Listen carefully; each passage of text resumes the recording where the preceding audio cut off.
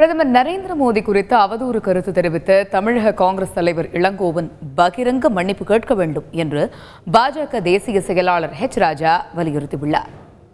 பாரத பிரதமர் திரு நரேந்திர மோடி அவர்கள் இதுவரை 11 முறை வெளிநாடு சுற்றுப்பயணம் மேற்கொண்டதாகவும் அவர் விமானத்தில் இறங்கி வருவதை பார்த்தால்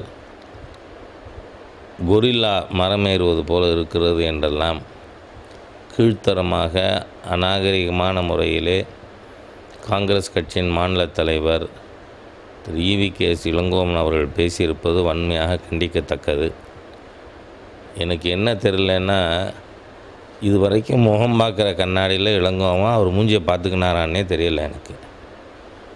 ஆக அந்த மாதிரி இருக்கச்ச மக்கள் சொல்கிறாங்க, அடேங்கப்பா இந்த மூஞ்சிக்கே இம்புட்டு பேச்சான்.